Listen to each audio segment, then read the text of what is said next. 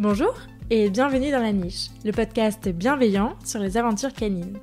Je suis Claire et je suis ravie de vous partager aujourd'hui le 6e épisode de La Niche. La Niche est un podcast qui aborde les thèmes divers et variés qui entourent le monde canin et qui se veut bienveillant, inspirant, construit et positif. Toutes les 2 semaines, je vous partage mes conversations avec des personnes passionnées. Ils viennent raconter à mon micro les expériences et aventures qu'ils ont vécues avec leurs chiens, leurs réussites, leurs plus beaux moments, mais aussi leurs difficultés et les leçons qu'ils en ont tirées.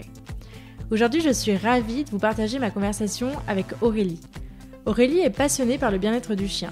Dans cette discussion, elle nous raconte son histoire, avec Jenna et Pixie notamment, et son parcours jusqu'à la création de Cani Gourmand, l'entreprise de friandises 100% naturelle pour chiens qu'elle développe depuis 2 ans et qui ne cesse de grandir. Aurélie nous parle de l'importance de respecter le besoin masticatoire de nos toutous et elle nous raconte comment des problématiques banales l'ont amenée à se lancer dans cette belle aventure entrepreneuriale.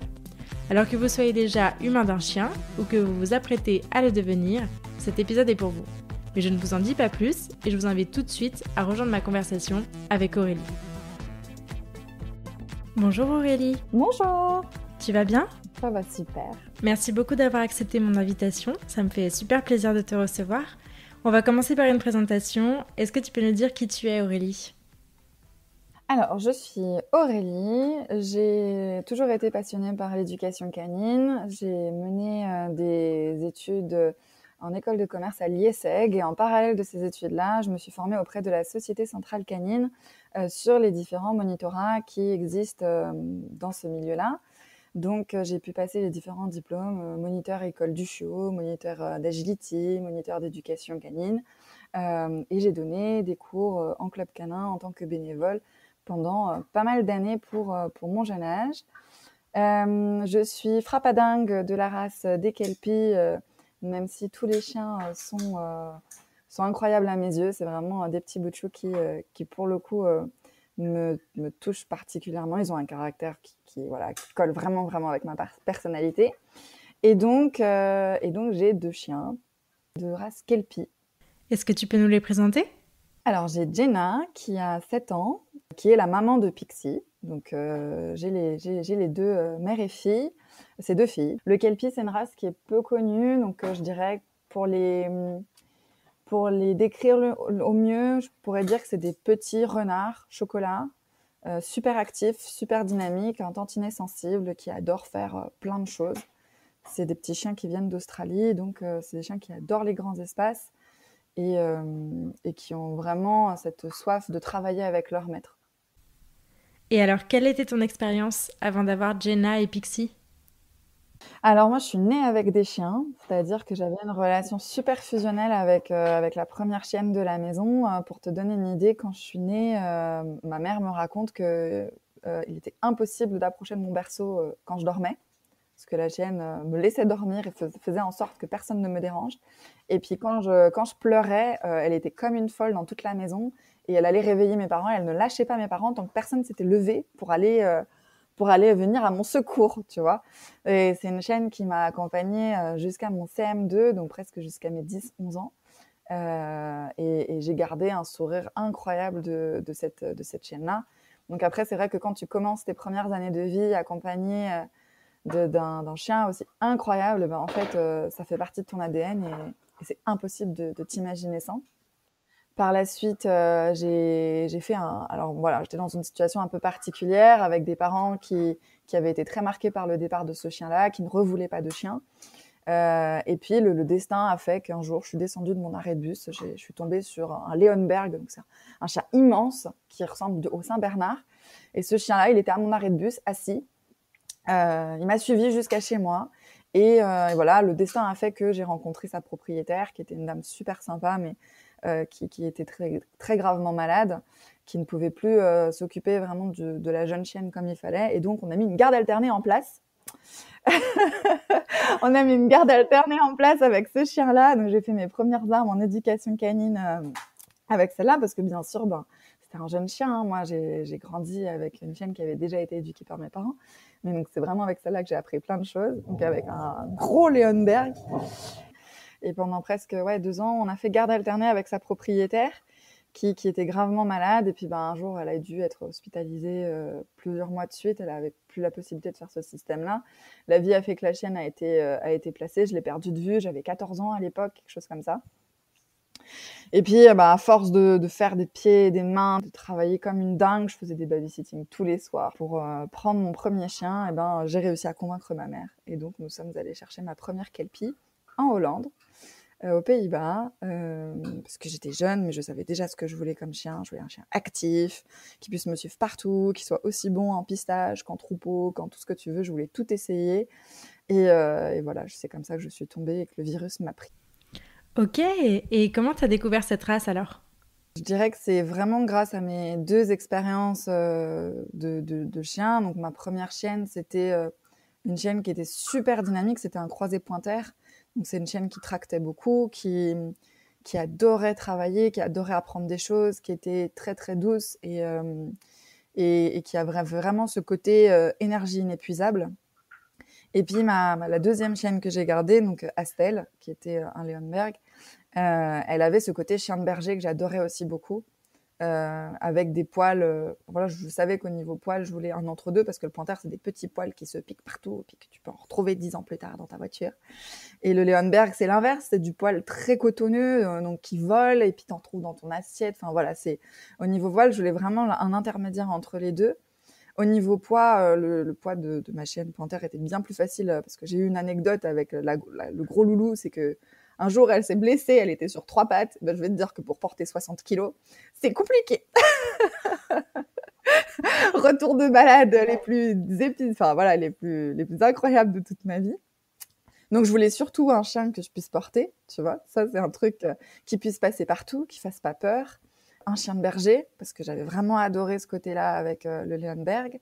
Un chien inépuisable, qui adore apprendre, qui soit vraiment connecté à moi. J'allais en club canin, en fait, suivre des cours d'école du chiot.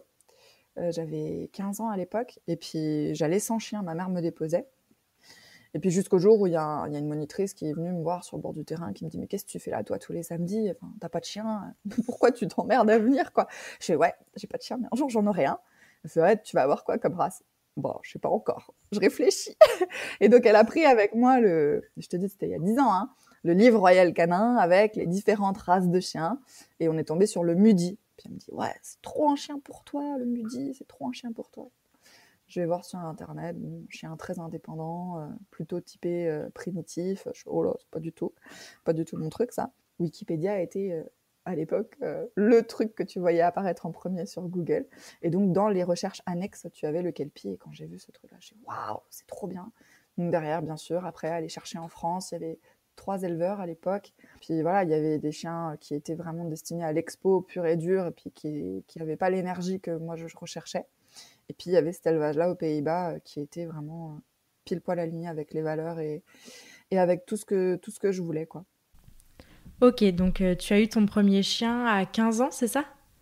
Ouais, ma première chienne est arrivée dans ma vie à l'âge de 15-16 ans. J'étais en seconde. Et donc, ça a changé radicalement tout mon rythme de vie parce que tu passes de juste un chien que tu as le vendredi, samedi, dimanche, presque lundi, à un chien que tu as en permanence. Et du coup, je rentrais le midi pour voir mon chien et tout. Toute une vie sociale s'est greffée dessus aussi, puisque à l'époque, j'avais pas comment on appelle ça, un cercle d'amis très solide dans mon établissement scolaire. Ça, c'était même presque plus l'inverse. Donc du coup, c'est vrai que d'avoir ce chien-là dans ma vie, ça a été une présence qui m'a vraiment aidée à tenir le coup quand ça allait pas avec les humains. Et puis aussi à attirer des humains incroyables. À moi. Parce que du coup, le fait de rentrer chez moi le midi, j'ai intégré ce qu'on appelle la sphère des vélos, du club vélo. Et le club vélo, en fait, c'était des jeunes de mon lycée, comme moi, dans les mêmes classes que moi quasiment, qui rentraient tous les jours à midi, ils rentraient chez eux à vélo. Et donc, on se retrouvait tous ensemble au parc à vélo, on prenait tous ensemble notre vélo, et puis de fil en aiguille, on se faisait des tournées, quoi. Donc, on allait manger chacun les uns chez les autres. Et bien sûr, vu que moi, il était hors de question que je prenne pas mon chien, souvent, je faisais un petit détour, je chopais ma poupette, et hop, on allait après manger chez les copains, quoi. Donc, ça m'a permis aussi d'attirer à moi des personnes que j'aurais pas forcément pu rencontrer sinon. Et ça a été ouais, des années lycée assez incroyables, en grande partie grâce à elle. En grande partie grâce à elle. Donc, ta première chienne s'appelait Angie, qui est la maman de Jenna. Jenna qui est la maman de Pixie. Donc, en fait, j'ai eu 3 générations de ces poupettes-là, quoi. C'est comme ça que Jenna et Pixie sont arrivées, et elles n'auraient jamais dû arriver, entre guillemets. En fait, c'est des coups de cœur, hein. C'est des coups de cœur. Angie, si tu veux, elle a fait une portée. Sur cette portée-là, il y a un chiot qui arrive. Angie, elle avait 4 ans, donc elle était toute jeune encore, hein. Pour moi, il n'était pas forcément question d'avoir un deuxième chien. Et quand ce chiot-là est arrivé, ben en fait, je sais pas ce qui s'est passé, mais Pixie, enfin Jenna en tout cas, et Pixie aussi, j'ai flashé, quoi. J'ai flashé, et tu peux pas expliquer ce qui se passe. Je dis bon bah je sais pas si c'est un mâle, si c'est une femelle, mais là il se passe un truc. Et bon bah il s'avère que c'était la seule femelle de la portée. Pas de bol pour les autres. Du coup elle est restée à la maison, et Pixie ça a fait la même chose. À chaque fois c'est pas raisonnable. À chaque fois ça arrive sur un coup de tête, et puis voilà, derrière c'est des aventures incroyables, quoi. Trop cool. Bon, et alors ton amour des chiens t'a amené, je crois, à une grande aventure professionnelle. Est-ce que tu peux nous parler un peu de ton parcours? Oui, alors à l'origine, je voulais faire vétérinaire. Et puis en fait, le cursus qui est très long, très compliqué, très fastidieux, pour y accéder m'a un peu découragée. Et puis en discutant avec mon père, j'avais fait pas mal de stages en clinique vétérinaire. En discutant avec mon père, il me dit: mais écoute, il y a un truc à faire, t'es passionné par ça, toi, c'est pas vraiment le vétérinaire qui t'intéresse, c'est vraiment le bien-être du chien, c'est vraiment tout ce qui tourne autour du bien-être du chien. Donc, va faire une école de commerce pour pouvoir avoir les clés pour gérer un centre de bien-être pour les chiens. Donc, je suis partie en école avec, bien sûr, toutes les formations qui vont bien à côté pour apprendre sur le bien-être du chien. Et puis, de fil en aiguille, j'en ai appris sur le bien-être des humains aussi au travail. Et puis, j'en ai appris sur le stress. Et puis, j'en ai appris sur la mémoire. Et puis, j'en ai appris sur beaucoup de sujets connexes, en fait, qui m'intéressaient. Et puis, à un moment donné, enfin voilà, j'essayais d'accompagner Angie sur, parce que j'avais que elle à l'époque, sur des problématiques de type, je pars toute la journée. Mon école était très très loin, hein. Je partais à 6h du matin et je rentrais à 19h. Enfin non, je partais pas à 6h, mais je partais à 7h30. Puis je rentrais vers 19h. Donc c'était des journées qui étaient très longues. J'avais beau faire 1 heure de balade le matin, 1 heure de balade le soir, si tu veux, bon, même pour elle, tenir toute la journée, c'était compliqué. Et donc, chercher des solutions pour l'occuper, pour enrichir son environnement. Et donc, je suis passée par la case Dentastix et compagnie. Il n'y avait rien qui me convenait. La chienne, je la voyais grossir à vue d'œil, c'était n'importe quoi. Et puis mon grand-père, en fait, était boucher charcutier. Et puis un jour, je pars en balade, je pars en vacances chez lui. Et puis on va visiter un musée avec ma grand-mère. Et je reviens et la chienne est couchée, morte. Plus personne. Alors qu'on avait fait comme d'habitude, 1 heure de balade le matin. Mais d'habitude, c'est vrai que quand je rentre vers 16h ou 17h, elle était quand même à fond. Elle me faisait des papouilles, quoi. Elle venait faire la fête. Je me dis: mais qu'est-ce que tu lui as donné? Je dis: voilà, j'ai pris un os comme ça, et puis j'ai mis de la viande dedans, je l'ai mis au congélateur, et puis je lui ai donné comme ça, et puis, tu l'aurais vu, elle était comme une folle, elle y a passé tout son après-midi. Ah ouais, ok. Et puis du coup, je dis: je comprends pas que vous fassiez pas ça. Moi, à l'époque de la boucherie, je récupérais des trucs, je les faisais sécher, et puis je les donnais à mes chiens. Et là, ça a fait tic. Je fais: attends, mais en fait, c'est une trop bonne idée, quoi. Enfin, c'est double gagnant, parce qu'en fait, on récupère des choses et puis on évite que ça soit jeté à la poubelle. C'est des morceaux que nous, les humains, on consomme pas beaucoup, voire qu'on consomme pas du tout. Et puis pour eux, en plus, c'est une source d'enrichissement incroyable. Ça leur permet de mastiquer, de se dépenser. Enfin, what else, quoi, vraiment. Et du coup, c'est comme ça que l'aventure a commencé. Moi, j'ai testé toute seule, déjà, pendant presque 1 an et demi. Je donnais ça à mes chiens. Puis j'ai gardé les chiens des copines, et puis les chiens des copines, elles ont récupéré les mêmes friandises. Et puis au club canin, le mot est passé. Donc le club canin a commencé à prendre les mêmes friandises que moi, les friandises que je faisais, quoi. Et puis au fur et à mesure, les clubs canins alentours sur les compétitions me demandaient de venir faire des stands, parce que voilà. Donc j'ai commencé en auto-entrepreneur avec des petits stands. Il n'y avait pas de site internet, hein. C'était vraiment que des stands sur place dans les clubs aux alentours de chez moi. Jusqu'au jour où en fait j'ai eu la possibilité, grâce à mon club canin, de participer à une grande compétition, donc une compétition nationale chez nous. Et puis là, il y avait des gens de Toulouse qui me disaient, bon, maintenant on fait comment? Bon, maintenant je vais ouvrir un site internet. Et puis voilà, j'ai appris tout sur le tas, j'ai ouvert ce site-là et j'ai réussi à le faire grâce à un ami qui s'appelle Alex. Et Alex, en fait, c'est un peu mon super-héros du digital parce qu'il est ingénieur informatique qui m'a vraiment aidé sur beaucoup, beaucoup de points quand j'étais bloquée. C'est vraiment lui qui m'a permis de faire tout ça. Et du coup, on est passé d'un tout petit projet de juste je récompense mes chiens, à je récompense les chiens des copines, à je récompense les chiens des adhérents du club, à bonjour, je suis à Toulouse, je fais comment? Et voilà. Et puis aujourd'hui, on propose ça. On a des clients qui sont à Tahiti, on a des clients qui sont à La Réunion, on a des clients qui sont au Portugal, en Belgique, en Suisse. Enfin voilà, on a vraiment, on couvre un terrain assez incroyable et c'est toujours une vraie fierté de se dire que on a offert aussi cette possibilité à d'autres chiens de s'occuper naturellement, quoi. Et c'est comme ça que Kenny Gourmand est né. Et puis après, chaque membre de l'équipe a sa petite histoire. Parce que c'est toujours des rencontres incroyables. Et puis voilà, hein, Kenny Gourmand aujourd'hui, c'est un parcours type start-up, hein, c'est-à-dire que moi j'ai commencé dans ma cuisine, après j'ai réquisitionné le garage de mon père, que j'ai complètement réaménagé pour correspondre aux normes. Donc mon père, il a été super cool pendant des mois et des mois, il m'a prêté son garage. Après je suis passée sur une cuisine professionnelle. Après, je suis déménagée ici dans le Périgord, dans des vrais lieux de stockage. Et puis, on a développé un partenariat avec, plusieurs d'ailleurs partenariats avec des abattoirs pour pouvoir augmenter notre production. Et puis, ouais, c'est vraiment allé crescendo. J'ai souvenir de chacune des étapes et après, j'ai vraiment du mal à me dire que waouh, tout ça, ça s'est passé en moins de 2 ans et demi, quoi. En moins de 2 ans et demi, on est passé de ma petite cuisine, de mon 40 mètres carrés à aujourd'hui une structure qui en compte 180, quoi. Ok. Et donc tout ça en 2 ans et demi, c'est ça? Ouais, tout ça en 2 ans et demi. Et puis pour te donner un ordre de grandeur, en fait, j'étais toute seule jusqu'à août. Enfin, toute seule officiellement dans la structure. Après, tu as toujours des amis et de la famille qui viennent te prêter main forte dans les rushs.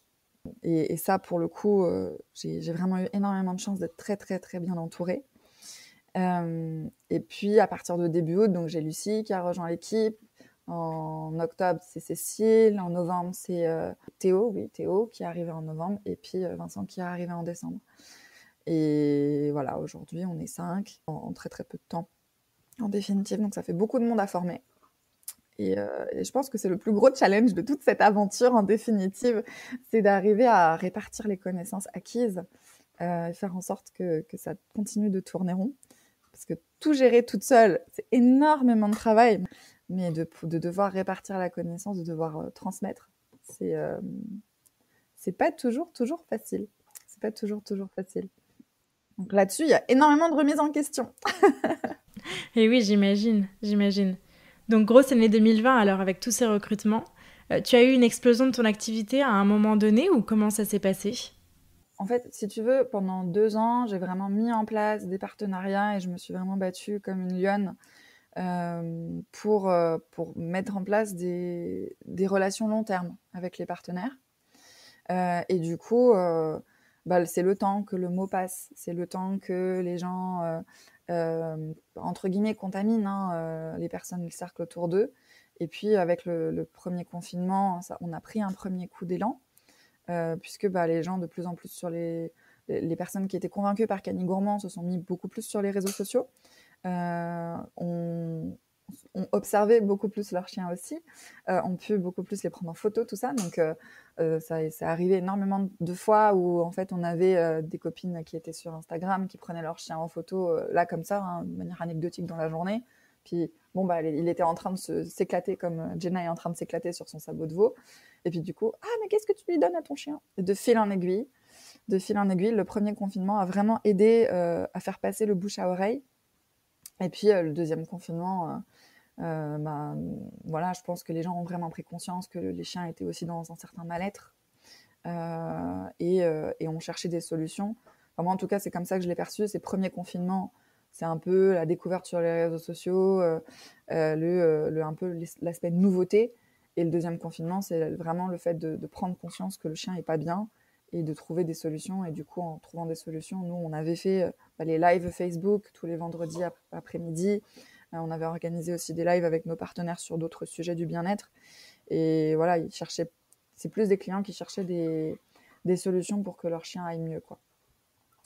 Donc oui, 2020, on a gagné, on a fait des convaincus. On a fait des convaincus en 2020 et ça va continuer comme ça en 2021. On s'est rapprochés, j'ai fait des partenariats avec des cliniques vétérinaires qui m'accompagnent sur la mise en place de guides gratuits, sur la mise en place de live où en fait, je donne des conseils et puis j'explique quoi faire pour que le chien aille bien dans sa petite vie. Trop cool. Bon, on va reparler de tout ça un peu plus tard, mais est-ce que tu pourrais nous présenter les valeurs et l'offre de Canine Gourmand ? Alors, les valeurs, je dirais que la première valeur, c'est la famille, parce qu'on part du principe que le chien est un membre de la famille à part entière. On part du principe que chez Canine Gourmand, on est aussi une famille et que tous les propriétaires de chiens, en fait, ont un ADN commun qui est en fait l'amour des animaux. Donc, on est aussi en quelque sorte une grande famille. Et puis, c'est vraiment comme ça que je l'ai vu, que je l'ai vécu. Moi, c'est vrai que les plus belles rencontres de ma vie, je les ai faites plus ou moins grâce à mon chien, que ce soit parce que les gens ils viennent vers toi, ils font « Ah, il est mignon le chien !» ou que ça soit parce que bah voilà, t'as un chien, j'en ai un, viens, on va faire une balade. Donc ce côté famille, c'était vraiment super important pour moi.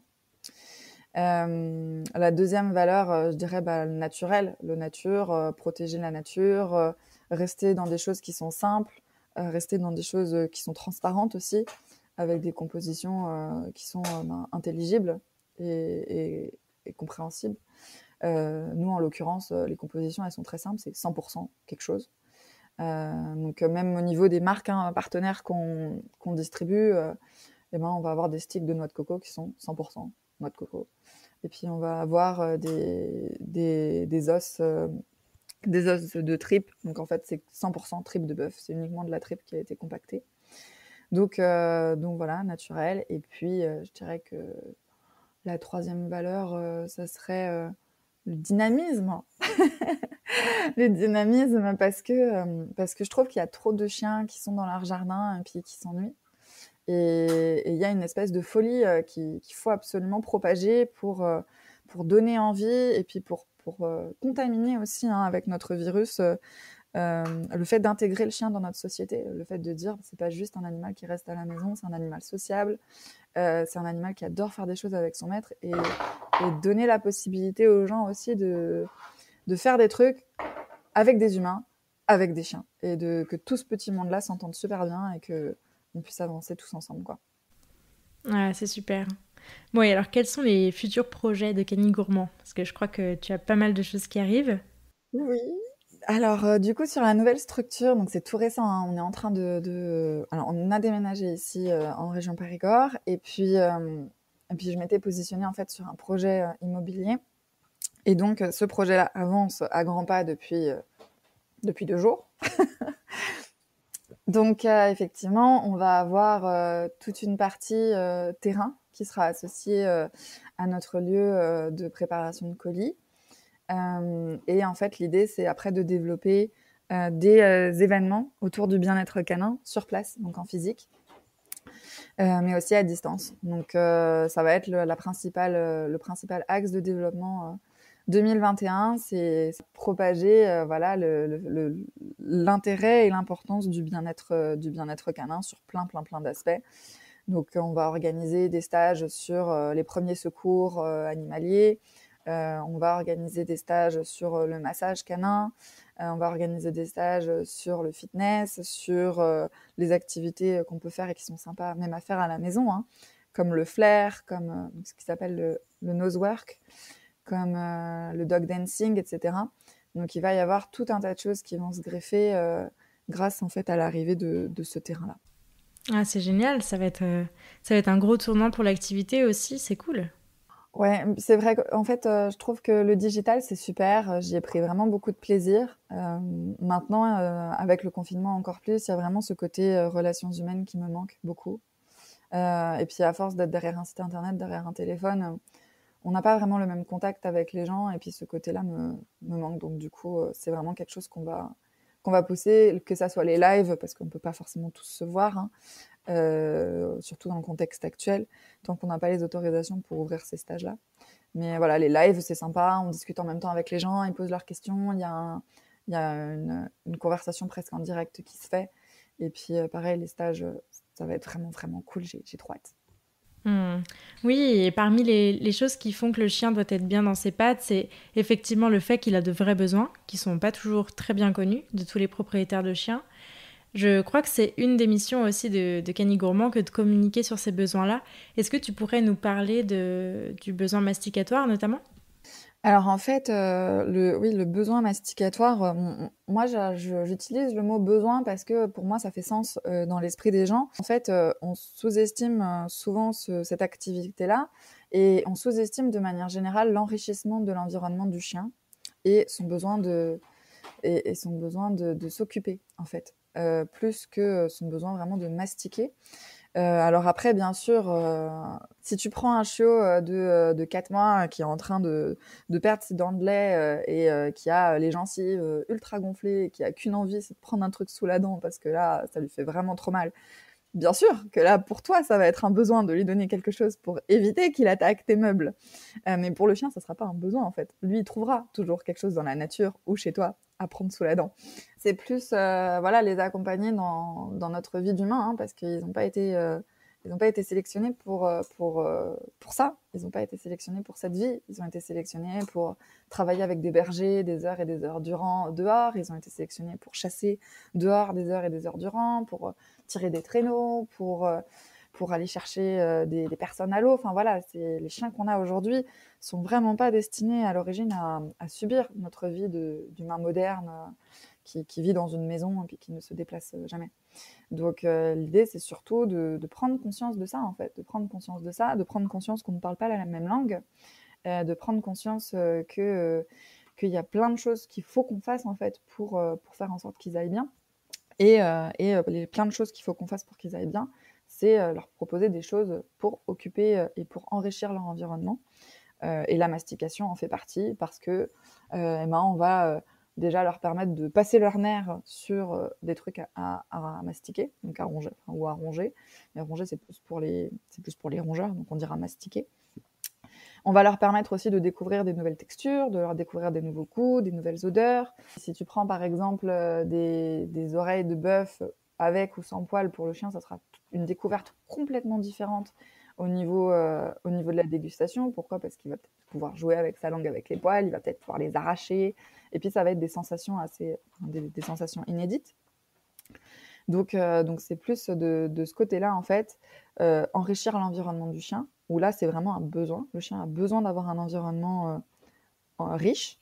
Et puis après, ça va pouvoir l'accompagner sur des sujets un peu plus axés côté santé, sur la prévention du tartre. Parce que on est très rares propriétaires à aller prendre une brosse à dents et à brosser les dents de notre chien. Et puis, c'est pas toujours évident de faire en sorte qu'ils acceptent.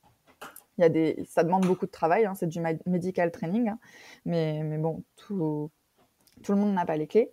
J'en profite pour faire un point sur le medical training. C'est une pratique qui est en train de se développer. Il y a plein de cours super cool pour pouvoir découvrir cette activité-là, et c'est vraiment quelque chose qu'il faut développer.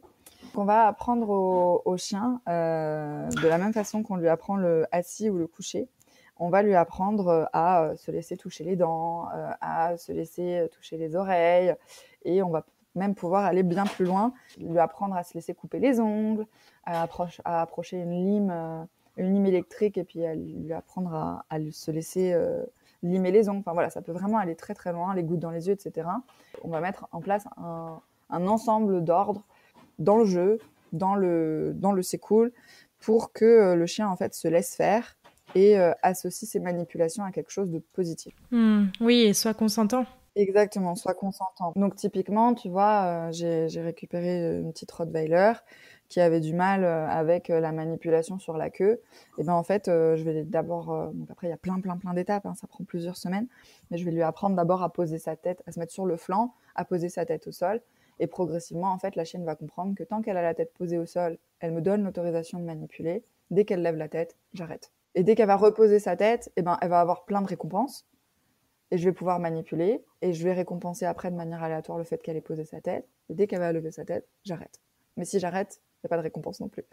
Donc voilà, au fur et à mesure, on fait comprendre, ça demande beaucoup d'attention aussi, il faut connaître son chien, mais on va mettre en place ces petits trucs-là qui font qu'il n'y a plus de stress, on bloque pas le chien pour faire tout ça, et le chien participe vraiment à ses soins. C'est vraiment ça le medical training, c'est qu'on fait en sorte que le chien participe. Oui, il y a une vraie collaboration. Ouais, exactement.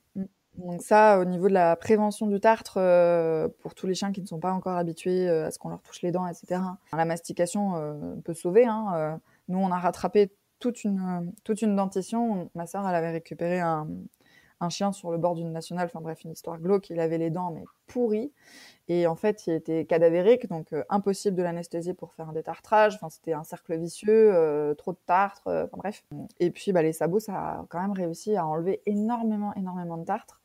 Et c'est vraiment ça qui a permis de désengorger un maximum, de faire sauter une très très grosse partie du tartre pour lui permettre de manger, parce qu'il avait tellement de mal à ses dents qu'il ne mangeait plus. Donc ça, c'est prévention du tartre et gestion des émotions, parce que on a souvent des chiens qui peuvent être stressés dans des nouveaux environnements, qui peuvent être stressés par une situation donnée, et le fait de leur donner quelque chose à mastiquer, en fait, ça va vraiment permettre de leur donner un truc sur lequel, entre guillemets, se venger, quoi, passer leur nerf. Voilà, c'est vraiment l'expression passer leur nerf. Comme nous, on a tendance à avoir nos petites boules, là, tu sais, les trucs que tu presses dans ta main anti-stress. Pour le chien, ça va être la même chose. De pouvoir, en fait, passer leur nerf sur quelque chose, ça va leur permettre de réguler un petit peu leurs sensations et leurs émotions négatives, quoi. Oui, et il me semble que le fait de mordre, de mordiller, de mastiquer, de lécher, ça produit aussi des hormones apaisantes et déstressantes pour eux. Tu me le confirmes? Ouais. En fait, il y a plein d'études qui ont été menées sur le sujet, mais en fait, la mastication, les études qui ont été menées les 3/4 du temps, c'est sur des rongeurs, mais on peut tout à fait les associer aussi aux chiens, puisque ça résonne et ça fonctionne à peu près de la même façon de ce côté-là. Ça montre en fait que le fait de mastiquer pendant une phase de stress, ça permet d'atténuer les réponses du système nerveux, et donc de diminuer aussi le risque d'ulcère gastrique. En fait, concrètement, c'est que le fait de mastiquer pendant une phase de stress, ça va pas empêcher le stress en lui-même, mais par contre, ça va diminuer la réponse de l'organisme face à ce stress-là. Et forcément, du coup, au niveau hormones, etc., ça va réguler. Après, bon, ça, si je commence à partir là-dedans, j'ai fait une thèse sur le chien au travail et sur la régulation du stress. Donc, du coup, je me suis partie pendant 3 heures pour discuter de ça. Et voilà, la mastication a vraiment un fort impact, que ça soit au niveau de la gestion du stress, mais aussi au niveau de la fonction cognitive. En fait, il y a plein d'études qui ont été menées sur les chiens et aussi sur les humains. Comme quoi, la mastication entretenait la fonction cognitive, et particulièrement tout ce qui est situé dans l'hippocampe. Donc, c'est une région du cerveau qui est très importante pour l'apprentissage et la mémoire. Et particulièrement sur toutes les personnes qui arrivent à un certain stade de leur âge, donc les personnes âgées qui souvent, malheureusement, ont des problèmes de dentition, perdent leurs dents, etc., ont des difficultés à mastiquer. Parce que plus forcément la possibilité mécanique de le faire. Et on s'est rendu compte qu'en fait, le fait de les aider dans cette redécouverte de la mastication, ça permettait de stimuler l'hippocampe et de diminuer du coup tout ce qui était dégénérescence au niveau mémoire et apprentissage. Donc il y a plein de choses qui sont en train de se faire. C'est pas forcément uniquement sur les chiens d'ailleurs. Il y a plein d'études qu'on peut récupérer pour faire des parallèles, et maintenant qu'on se le dit, en fait, ça semble logique. Ça semble logique. Maintenant que c'est dit comme ça, on dit oui, c'est pas uniquement la vieillesse qui fait qu'un animal, qu'un humain, qu'un individu va perdre ses fonctions cognitives. C'est aussi et surtout parce que au niveau du mouvement, en fait, au niveau de l'action, on monopolise et on stimule beaucoup moins tout notre corps, et donc du coup, tout le reste part après avec cette non-stimulation, quoi. Donc voilà, mastication, stress, apprentissage, mémoire, c'est des choses qu'on ignore, hein, mais qui sont quand même super importantes, et encore une fois, ça participe au bien-être des chiens, quoi. Top. Bah écoute, c'est hyper intéressant en tout cas tout ce que tu nous racontes là. Chez Kenny Gourmand, vous misez principalement sur la friandise naturelle. On entend donc qu'il existe des friandises pas ou moins naturelles qu'on pourrait trouver ailleurs. Est-ce que tu pourrais nous parler de cette distinction entre les deux et de l'intérêt de choisir des friandises naturelles?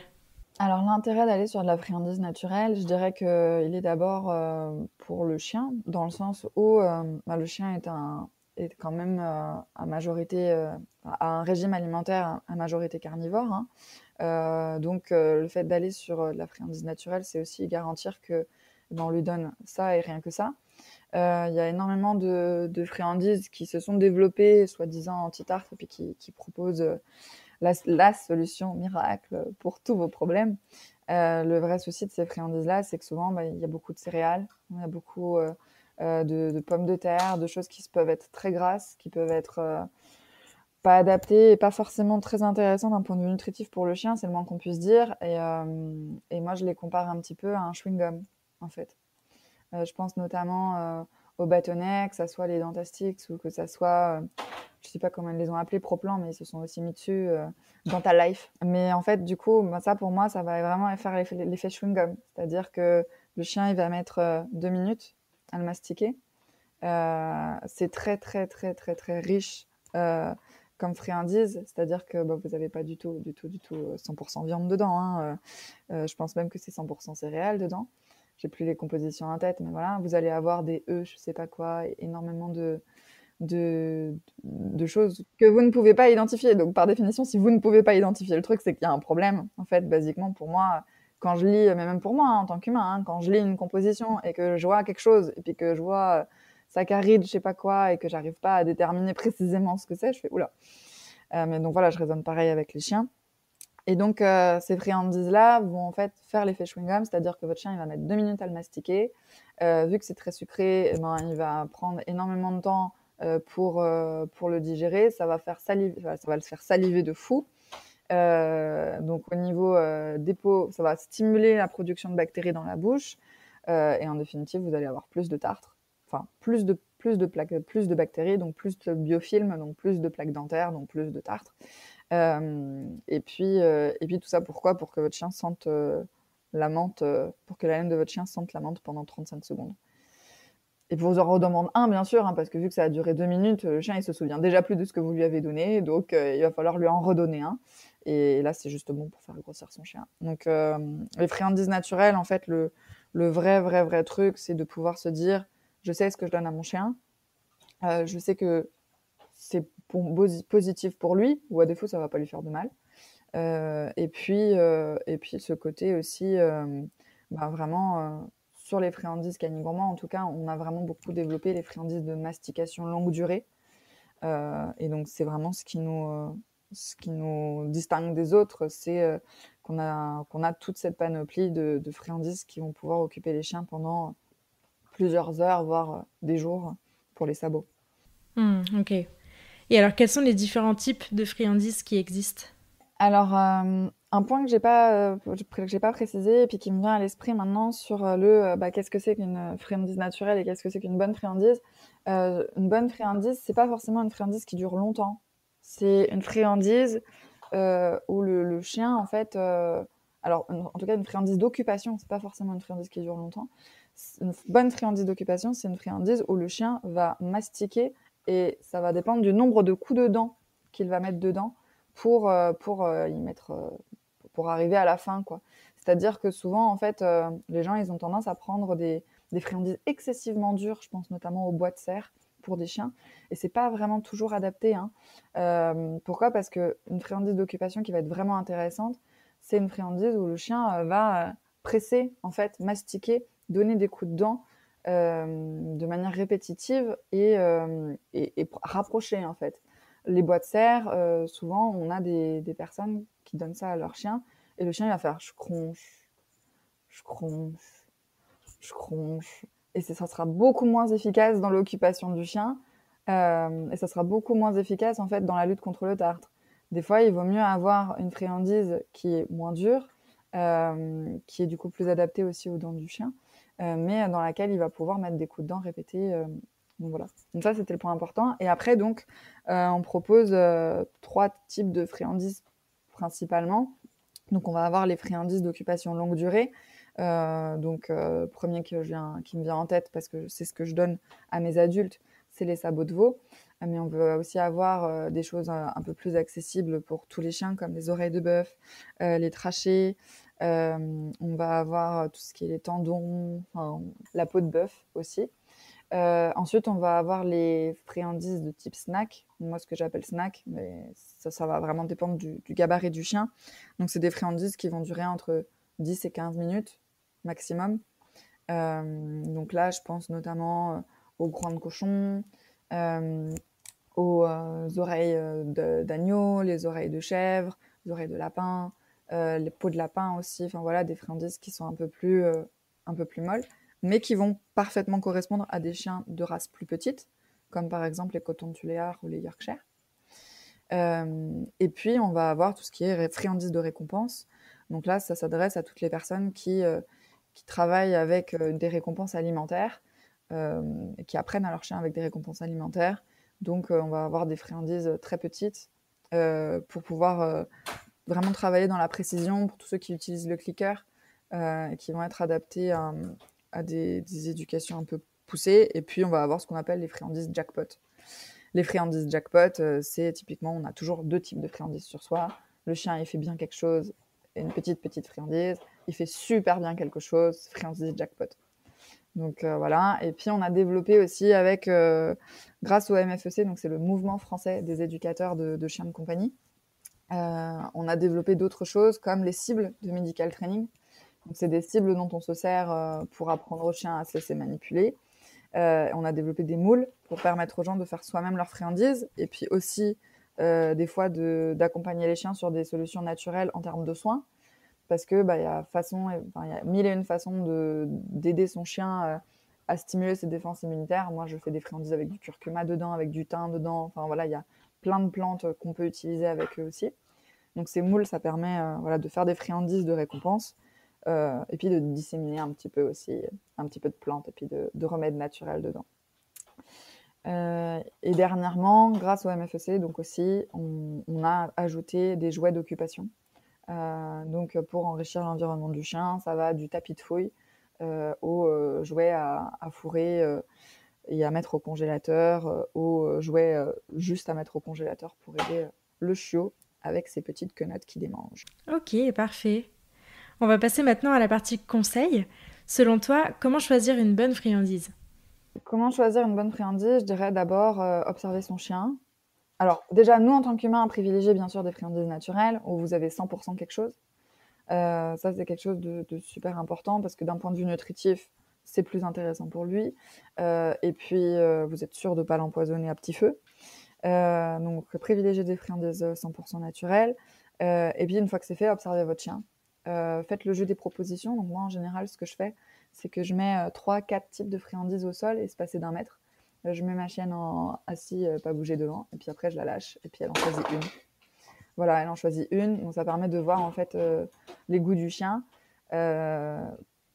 Choisir aussi une bonne friandise, ça veut aussi dire, pour moi, à mon sens, respecter des échelles. C'est-à-dire qu'on va d'abord commencer par quelque chose de mou, ou du moins de pas trop dur, et puis monter au fur et à mesure les échelles pour voir jusqu'où le chien aime la rigidité et la dureté. Donc bien sûr, ça commence du poumon de bœuf qui est assez facile. On peut aller sur de la tripe et puis progressivement on augmente avec des peaux, avec trachées, avec sabots. Et puis le dernier du dernier, vous l'aurez compris, c'est vraiment le bois de serre et le fromage de yak. C'est l'ultime étape, c'est le truc à donner si votre chien il vous déglingue un sabot de veau, mais c'est surtout pas le truc par lequel on commence. Et puis, donc ça, c'est sur comment choisir les friandises. Observez votre chien. Comment il mastique le truc? Est-ce qu'il le prend bien sur l'arrière? Est-ce que, est-ce qu'il y met beaucoup de coups dedans? Ou est-ce que plutôt il va essayer vraiment de mettre des grands coups de pression dans cette friandise-là? À savoir que nous, ce qui nous intéresse, bien sûr, c'est plein de coups dedans, quoi. Donc voilà. Et puis le camp donné, moi je donne toute la journée en fait. Tout dépend du rythme de l'activité de votre chien et de votre rythme de vie à vous aussi. Typiquement, je vais donner des friandises. Alors moi, il y a des sabots systématiquement accessibles H24 dans la maison. Il y en a toujours 2 fois plus qu'il y a de chiens. Ça évite la protection de ressources. C'est des petites astuces tout bêtes, hein, mais quand on a plusieurs chiens à la maison, c'est pas tous les jours facile de gérer. Et le fait de mettre beaucoup de ressources, en fait, bon, pour nous humains, c'est un peu pénible parce qu'il faut faire attention de ne pas mettre les pieds dedans. Mais pour les chiens, en tout cas, c'est aussi une source. Enfin voilà, c'est plus une source de conflit puisqu'il y en a tellement qu'ils n'ont pas besoin de se bagarrer pour les avoir. Donc il y a des friandises Enfin, il y a des chiens avec lesquels on peut laisser des friandises accessibles en permanence. Il y en a d'autres avec lesquels on peut pas le faire parce qu'ils sont tellement au taquet que voilà. Donc le camp, je dirais, vous êtes en télétravail, vous avez besoin que le chien se pose. Vous pouvez donner une friandise d'occupation. Les friandises d'occupation, on peut aussi s'en servir sur les trajets voiture. Si on a un chien qui peut des fois être un peu angoissé, on peut s'en servir sur les périodes d'absence, à condition bien sûr d'avoir fait attention à comment le chien déguste avant. Donc on regarde comment il se débrouille une première fois quand on est là, puis s'il se débrouille bien, on peut lui laisser.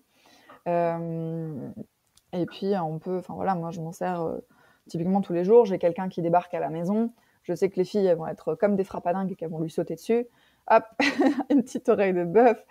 L'oreille de bœuf sera bien plus intéressante que les copains qui viennent de débarquer.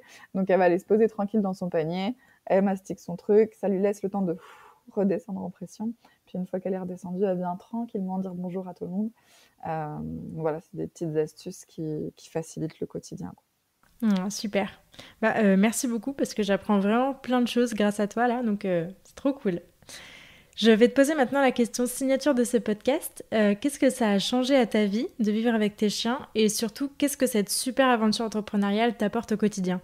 Alors, ce que ça a apporté à ma vie est d'avoir un chien, en fait, tout parce que je suis pas de nature à sortir beaucoup, je suis pas de nature sportive, je suis pas de nature forcément ouverte aux humains. Et ça a vraiment changé mon quotidien parce que les filles, elles prennent tellement un plaisir de fou à aller courir la campagne qu'en fait, je me suis aventurée dans des randonnées, dans des trails, dans des courses à pied de 20 km, mais des trucs que jamais toute seule j'aurais été faire, hein, concrètement.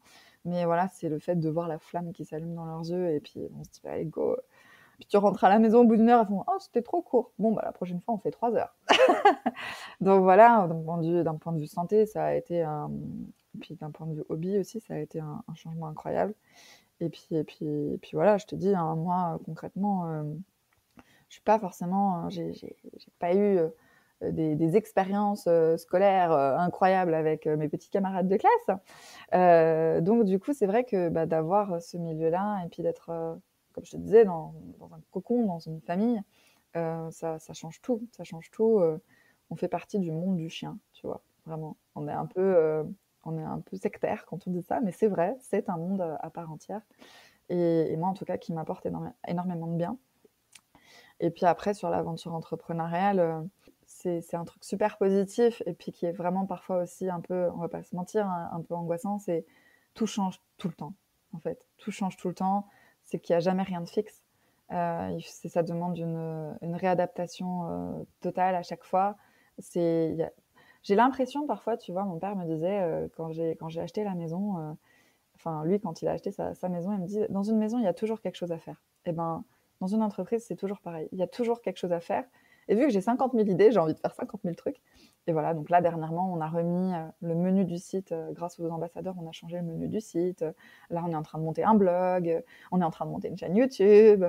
On va développer des partenariats aussi voilà, sur des formats live, sur des formats podcast, parce qu'on s'est rendu compte que on avait énormément de savoir tous dans l'équipe et puis qu'on avait un peu des difficultés à le transmettre. Donc, le format audio est quand même vachement plus sympa pour pouvoir communiquer avec les gens. Donc voilà, donc en fait, c'est vraiment un truc de fou parce que l'aventure entrepreneuriale, c'est 50 000 projets. C'est des superbes belles rencontres. Et c'est ce côté transmission de connaissances, que ça soit dans l'équipe ou que ça soit avec toutes les personnes qui ont des chiens, en fait. Donc ça, là-dessus, ouais, c'est trop cool. Et encore une fois, je m'estime vraiment chanceuse parce que je pense que si j'avais pas fait certaines rencontres, j'en serais pas là aujourd'hui. Et le projet Canny Gourmand n'en serait pas là aujourd'hui non plus. Et l'intérêt pour la mastication aujourd'hui ne serait pas là non plus. On a été les premiers à parler de ce besoin de mastiquer, en tout cas en ligne. Et du coup, pouvoir aujourd'hui s'adresser au grand public, c'est vraiment quelque chose qui nous semble important et qu'on va développer en 2021. Ah, top. Ça donne envie de voir la suite. C'est plein de motivation, là, toutes ces belles choses qui arrivent. Donc j'ai hâte de voir tout ce que Canny Gourmand va développer dans les prochains mois. Est-ce qu'il y a des ressources que tu aimerais partager à nos éditeurs, que ce soit des livres, films, podcasts, etc., ce que tu veux? Alors moi, je parlerai de 4 livres. Bon, ça fait beaucoup de lectures. Le premier qui, pour moi, est un vrai coup de cœur qu'on propose sur la boutique, c'est Le chien, cet animal qui nous échappe. Donc c'est un livre de Audrey Ventura qui est assez épais, mais qui est vraiment super complet.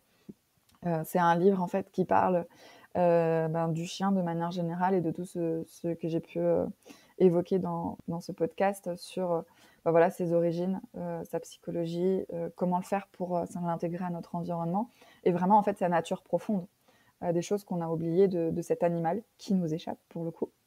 Donc voilà, c'est un livre qui est disponible sur la boutique et que je recommande. C'est pour moi la lecture et la révélation de l'année. Après, un livre que j'utilise beaucoup avec mes petits cousins, parce que j'ai la chance d'être entourée par une famille très aimante et avec des jeunes enfants. J'adore les petits-enfants. C'est le livre de Cerise et Cracotte. Donc, c'est un livre, en fait, qui permet Donc, c'est un livre qui est destiné aux enfants, qui permet d'intégrer le chien, en fait, et de faire comprendre aux enfants des notions de base sur comment communiquer avec un chien et comment se comporter avec lui.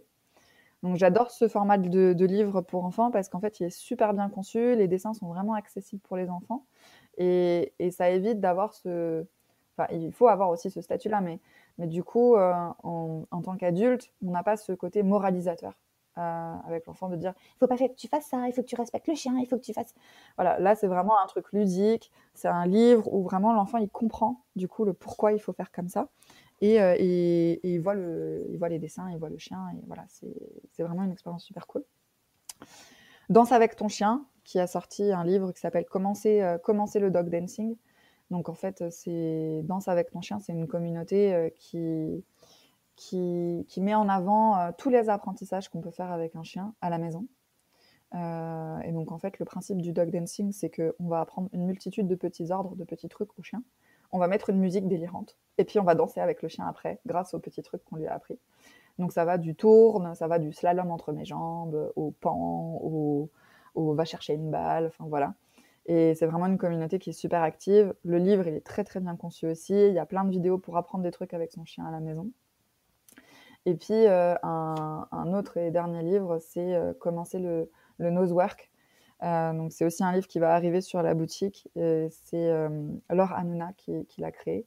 Et le nosework, en fait, c'est pareil, c'est qu'on va stimuler le chien et on va lui faire des petits travaux de recherche d'odeur dans la maison avec des ateliers super simples qu'on peut construire soi-même. Et donc, du coup, encore une fois, on enrichit son environnement et on bosse avec lui. Et donc, lui, forcément, il adore. Et puis j'avoue que, personnellement, c'est une très grande fierté. J'ai déjà fait la démonstration avec des copains, donc bien sûr il y a plein d'étapes avant d'y arriver. Je prends un sachet de thé, donc Jenna adore l'odeur pomme cannelle, Donc, je prends mon sachet de thé pomme cannelle, je laisse mon chien sur son tapis, je lui dis pas bouger. Je me balade avec mon sachet pomme cannelle dans toute la maison. Je monte à l'étage, je fais qu'on appelle ça, des fausses pistes. Donc, je pose un coup le sachet sur une étagère, je l'enlève, je repose sur une autre étagère et je redescends dans mon salon. Et là, je dis avec fierté, Jenna, cherche. Et tu vois le chien partir, poc, avec le nez en l'air, il fait ta, qui passe partout où toi t'es passé. Bon, encore une fois, hein, ça fait des mois qu'on travaille ça, hein, donc on n'arrive pas comme ça en claquant des doigts. Mais tu vois le chien qui part le nez en l'air, qui va dans une première pièce, qui sniffe l'endroit où t'as posé ton sachet de thé et qui te regarde et fait c'est pas là. Hop, et qui repart sur sa piste, et qui récupère le sachet, qui marque le sachet de thé, qui te regarde en mode maman, il est ici. Et voilà, tu vois, c'est des petites activités qui les fatiguent, qui les stimulent, qui les occupent. Ça prend pas de temps le soir et ça permet vraiment de développer une collaboration incroyable parce que c'est quand même des animaux qui, à l'origine, ont été sélectionnés pour collaborer avec nous et pas pour juste faire canap jardin, quoi. Donc, forcément que quand on part sur des activités comme ça, ça rend tout le monde heureux et franchement, c'est tellement fun. Et je suis très fière. Je suis très, très fière. La prochaine étape, c'est qu'elle retrouve mon téléphone portable parce que j'ai la fâcheuse manie de le poser n'importe où. Donc, il faut que je trouve une astuce pour mettre une odeur sur mon téléphone portable. Mais voilà, faites des choses avec vos chiens et c'est tout ce que... C'est vraiment le truc. Faites des choses avec vos chiens. Il y a plein de ressources qui sont super top. Et allez-y, c'est pour les 3/4 en plus du contenu gratuit. Donc, il faut surtout pas hésiter et ils valent la peine, quoi. Ils valent la peine. C'est un beau message de conclusion, ça. Où est-ce qu'on peut rediriger les auditeurs qui souhaiteraient suivre ton travail et découvrir Cani Gourmand ? Alors, on a un compte Instagram et on a une page Facebook. Donc, sur Instagram, Cani Gourmand. Et puis, sur Facebook, Cani Gourmand. On fait, du coup, tous les vendredis, 18h30, des lives sur des thématiques différentes. Donc là, hier soir, c'était sur le chiot. La semaine dernière, c'était sur le tartre. La semaine encore d'avant, c'était sur le chat. La semaine prochaine, ça va être sur le, entre guillemets, naturel. Et puis la semaine encore d'après, ça sera sur les chiens âgés. Donc voilà, on propose des vidéos thématiques et des lives, en fait, sur lesquels je réponds aux questions en même temps. Et puis bien sûr, le site internet, Cani Gourmand. Le blog n'est pas encore en ligne, on est encore en train de travailler dessus. Mais tout sera annoncé sur le site Cani Gourmand dès que tout sera prêt. Donc c'est notre plateforme, c'est notre boutique en ligne, mais c'est aussi une plateforme d'information. Et ça sera de plus en plus une plateforme d'information. C'est aussi là-dessus que vous pouvez retrouver les guides gratuits dont j'ai parlé précédemment, les guides gratuits vous pouvez télécharger directement en fait sur le site. Parfait. Eh ben, merci beaucoup Aurélie. Bonne année 2020 à toi. Elle s'annonce remplie de belles choses.